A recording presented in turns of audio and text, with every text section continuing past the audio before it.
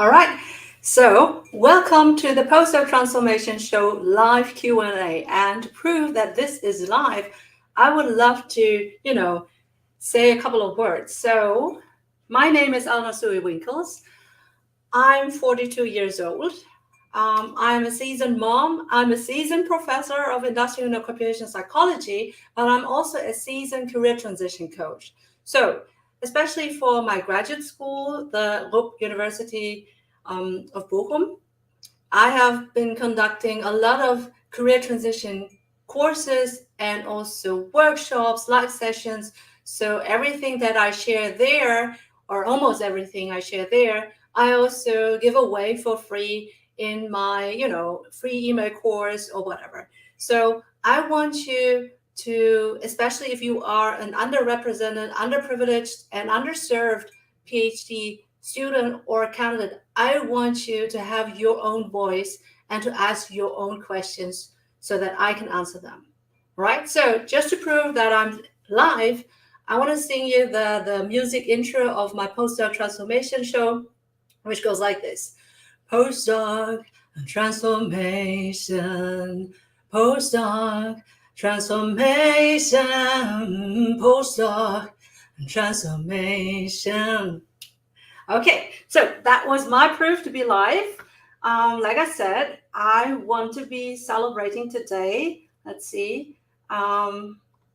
Here's the banner. I want to celebrate the Postdoc Transformation Show Season 1. So I've got 12 episodes, all recorded and published by April. And then I had a long pause, which was unintended.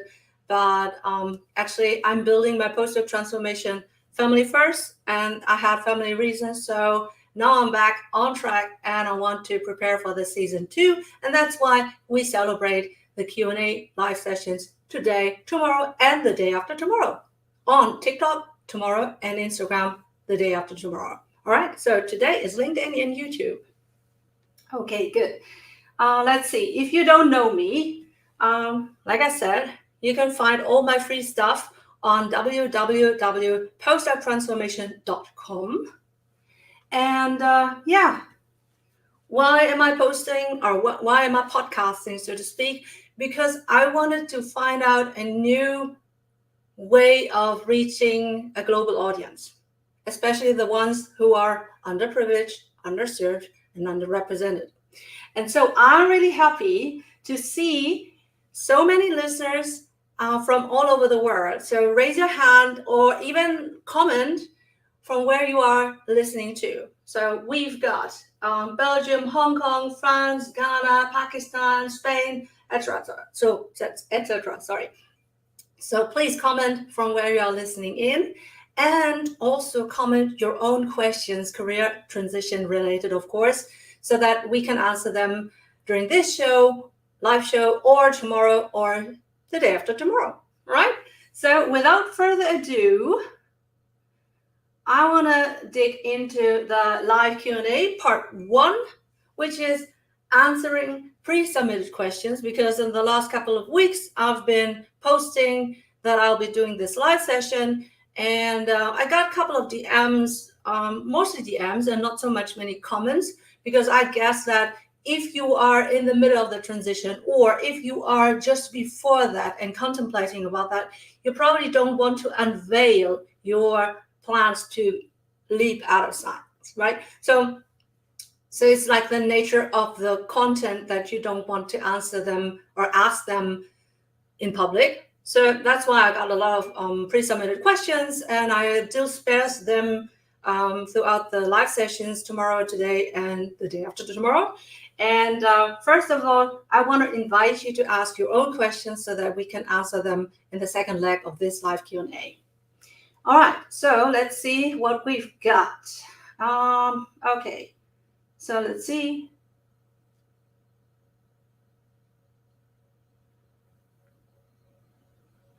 Let's see, live Q&A. Pre-submitted question number 1. All right, so I'm afraid of leaving academia. Probably not unveiling it. This is all I know because of the bachelor and master, and then PhD right afterwards.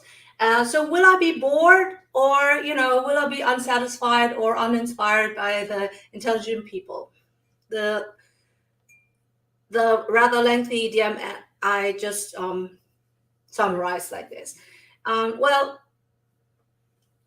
to me, as a professor who went right after the PhD into business, but also leaped back into academia, I have to say I've seen lots of intelligent people on both sides, right? I've seen also a lot of dumb people at both sides, right? So for me, it's not a matter of intelligent people are rather there and not there.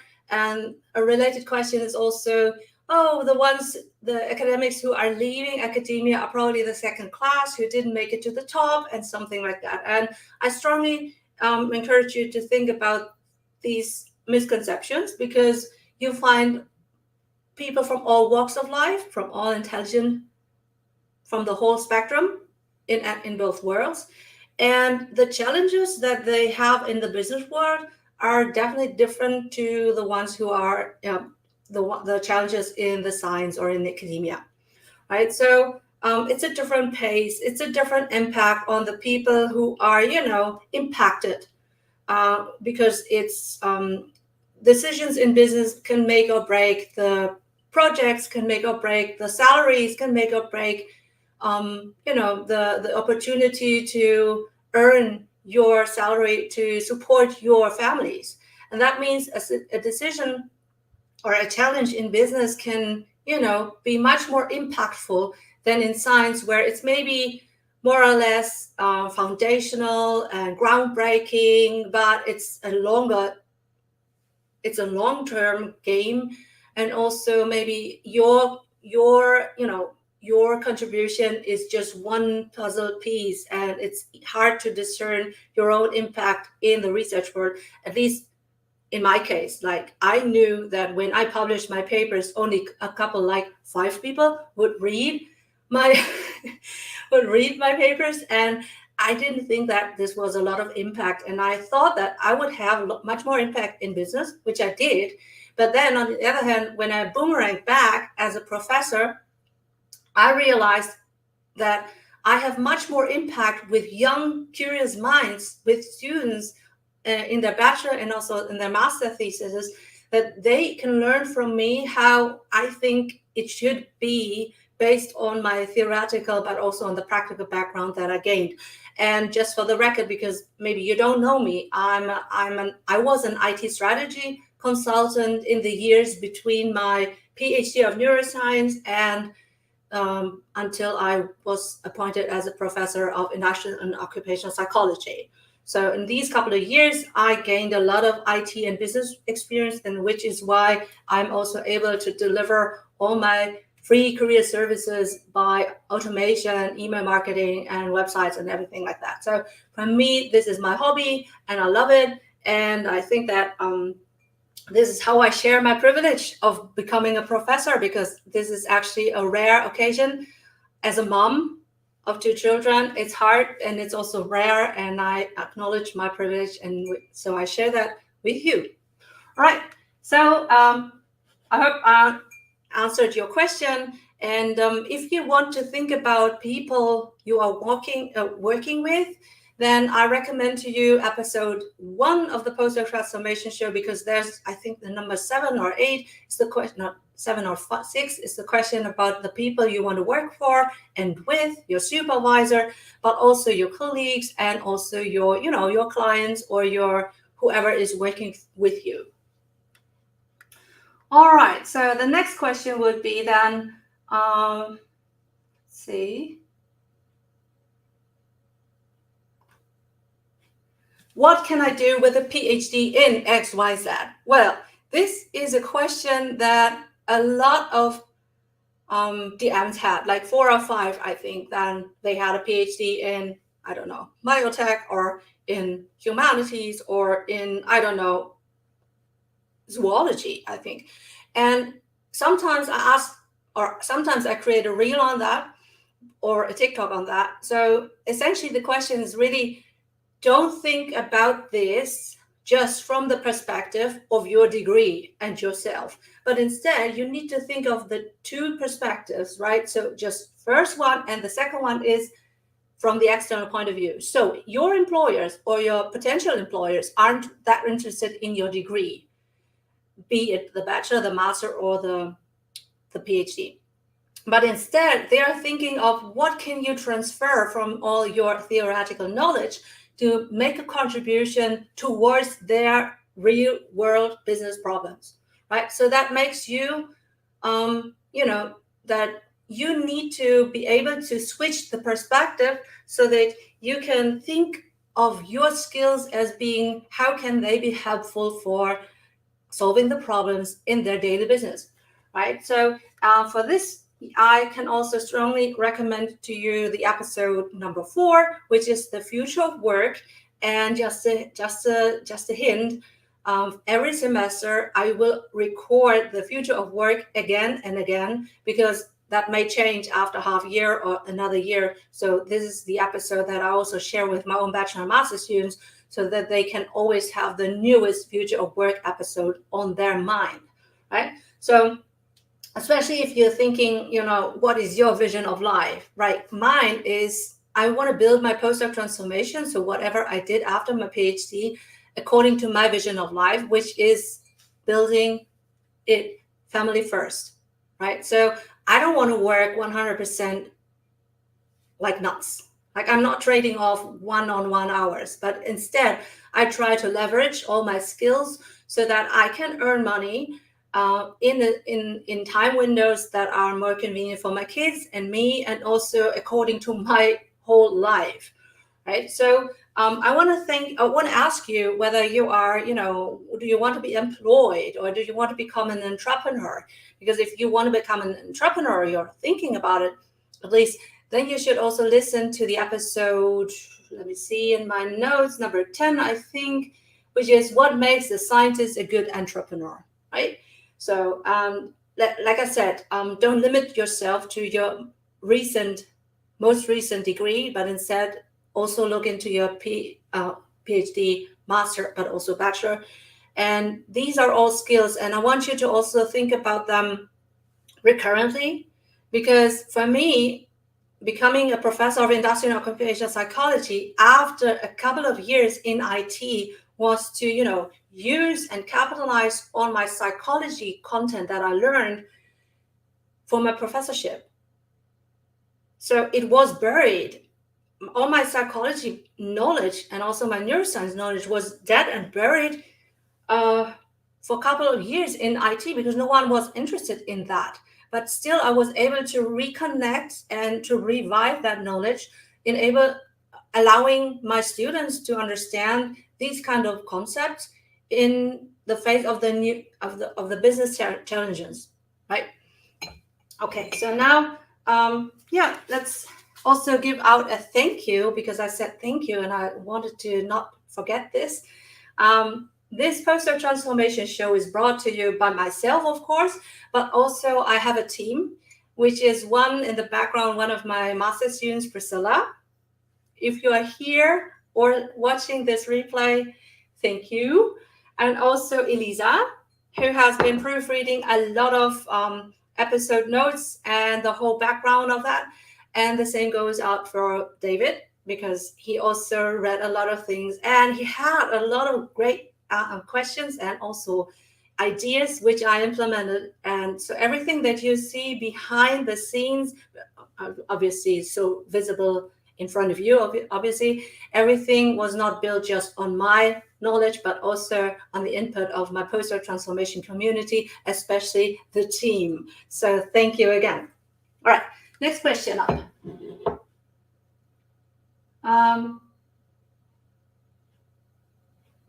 What can I do with it? Okay, next one is, I got no business experience or industry relation. I've got no business experience or industry research collaborations. So how can I enter the business world?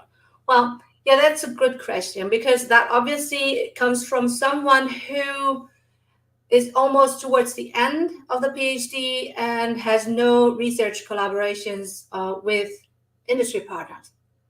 And if you are someone in your first or second year, I strongly urge you to think about industry collabs. Okay, so as soon as possible, as many as possible. If you can't do them anymore because you're in the last year or so, this is like the question now, then I urge you to at least do your research, dry research, so to speak, on LinkedIn. So that means you should create your LinkedIn profile in a business friendly manner. So, that it's not putting business people off, but instead of making them interested in your profile and what you've got to offer.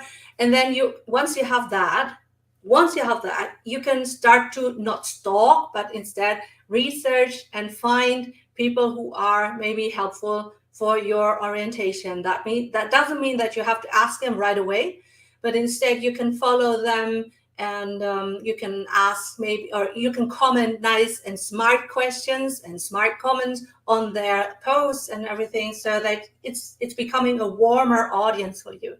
Okay, so if all these is not making sense, then I urge you to also enroll in my free career transition email course, because in, I think, email number 3 or 4, I talk about how to build a sustainable LinkedIn profile, and also talk about or write about how to research your favorite employers and stuff like that. All right, let's see. Next question is, I'm afraid of letting down my supportive supervisors by leaving academia. Okay, I understand this because it happened to me. So I have a very supportive diploma thesis supervisor. So in Germany, it's not when I studied, which ages me. So when I studied, there was no bachelor master system, but instead it was diploma. And my diploma thesis was supervised by Professor Dr. Sabine Windmann. And I love her. She's my hero, and we are still friends. And I'm so glad that I had her. And she always knew that I wanted to apply to the International Graduate School of Neuroscience in Bochum. And she said, well, we tried to get you in there, but just in case you don't get in there, I want you to have a safe place to land, right? So I like you from your thesis, and I want you to have also funding for a PhD with me, if you don't mind. And I was like, yay. I mean, that was the best second offer that I could have, because I know her, I love her, and I wanted to work with her. And actually, by the time I got done the admission letter to the International Graduate School, I felt bad, because I knew that already Sabine was able to secure funding for a PhD with her. And she did that by applying personally with my personal information and stuff like that. So she got this funded for me, and still I turned her down and started my PhD at the International Graduate School of Neuroscience. And that was a hard decision, but she told me that she will find someone else, and I need to have my own agenda. So I was allowed to go and to start with the IGSN, which was in hindsight a great decision. And I learned a lot, and it turned out all great. And I think if you are in this position, I want you to listen also to the episode number 4, I think. Let's look into my notes. Number 4, I think, yes. How to leave academia without burning bridges. Okay, so I think that once you go into your career, you always have the situation where you have to make hard decisions, especially if you are a business leader, a manager, or something like that. You always have opportunity costs, and you have to make the right decision for your own team, for your own whatever, right? So sometimes that means having a conflict, and to anticipate a conflict and to resolve that indicates your value as a leader. All right. So next question is, my graduate school does not support any career transitions, and I'm broke. So I can't afford private career coaching. And I know that. a lot of career coaches I know, and maybe there's one also here online in this meeting, but essentially we are all offering private coachings, but we are absolutely acknowledgeable about that most of the PhD students we know are broke. So that means if you see that your graduate school does not support career transitions, that's like kind of naive, because graduate schools overproduce PhD students. So just because they haven't had supported PhD students in their career transitions, that doesn't mean that it's the right thing, but also that means you could be the one pioneering and making your PhD besties a favor. You're doing a favor to them, because maybe you can ask them whether they want that as well, and then you can, get a PhD career coach to speak at your graduate school, and that way you can at least have some free career transition resources or so. If you don't have anything, the best I can offer to you is my free email course with 10 emails. They are sent on demand only. So just when you are interested and ready to transition in your career, right? And I think that this is really a great summary of what I also teach at graduate schools. When they book me, I also look into their CV, the students' CVs, job ads, and I coach them on negotiations with the employer and salary negotiations and stuff like that. So I go much in depth at graduate schools when they pay me. But for all individual PhD students who can't afford my services, I also offer these email courses, and also the career readiness check for leaping into business. All right, so make sure that you comment. Make sure you comment your own career-related or career transition-related questions. And let's see what else we've got. Okay, my team and I were contemplating about this. And why do you sing your own music intro and outro? Okay, so the hard answer is it's a low budget production, right? So I asked a couple of befriended singers, and they literally said that they would be too expensive for me, which I agree. So if I'm not earning a lot of money through my free career resources, then it's okay. I shouldn't waste my money on that. But instead, I want to also, the second part of the question is more like, I want you to think about your own transferable skills and to see them from a different perspective. Maybe you have something like this. I love the stage. I love singing. I love playing music. I love creating music. I love writing my own songs. So I never become a singer. I did win prizes for when I was 16, but I don't do this professionally anymore. And from time to time, I miss the stage, but also becoming a professor and going live in my real classes and also live on social media is something that I absolutely enjoy. And I think that singing on stage helped me to, be okay on stage, right? So I want you to think about your own skills that maybe aren't really related to whatever you want to do in your life, but maybe they can help you to, be less anxious, to be bold, and to leap into something that is unknown to you, but maybe which is more aligned to your vision of life, right? And that maybe is for you something else. For me, it is singing. And I think that when you follow me on social media, on TikTok and also Instagram, you'll see a more funnier side than I always share on LinkedIn. And I think that humor is also something that I share. I want you to think about this as a reminder that maybe you have a skill that you haven't had appreciated as such, or, just put aside for a different time of life, but instead it could be, resurrected and used for different purposes. Repurpose that for your vision of life. And yeah, let's see whether we have some questions. So let's see, where do we have the questions, comments? Let's see, do we have any comments? This is just an example. Let's see, on LinkedIn, maybe.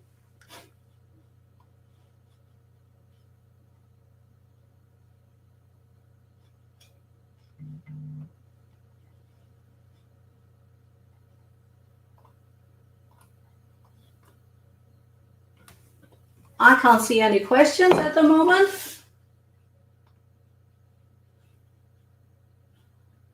So make sure that you answer make sure that you comment your questions.